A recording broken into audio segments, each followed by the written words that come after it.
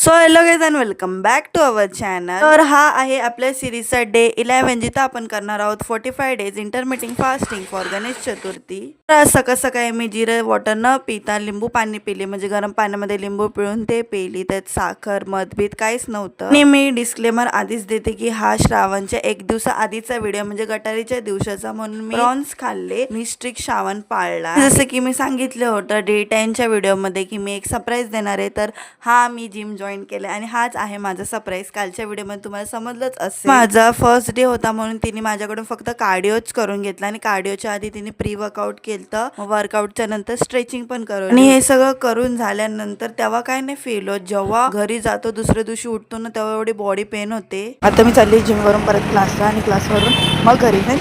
आणि एवढं काय नाही करवलं, फक्त थोडंसं ट्रेडमिल, सायकलिंग वगैरे, स्ट्रेचिंग वगैरे करलं.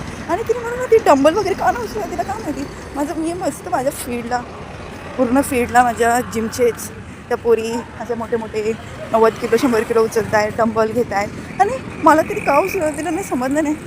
म्हणजे फर्स्ट डे होता, मे बी तिने मला उचलायला नाही दिला म्हणून. बट यार मला पण उचलायचं ते, असं मस्त रील्स काढायचे. आणि आता चालत चालत चालली बोली तिथं मी एवढी ते सायकलिंग वगैरे आणि ते असतं बघा ट्रेडमिलवरती ते वॉक करवतात. नॉर्मली आज वॉकच करवली.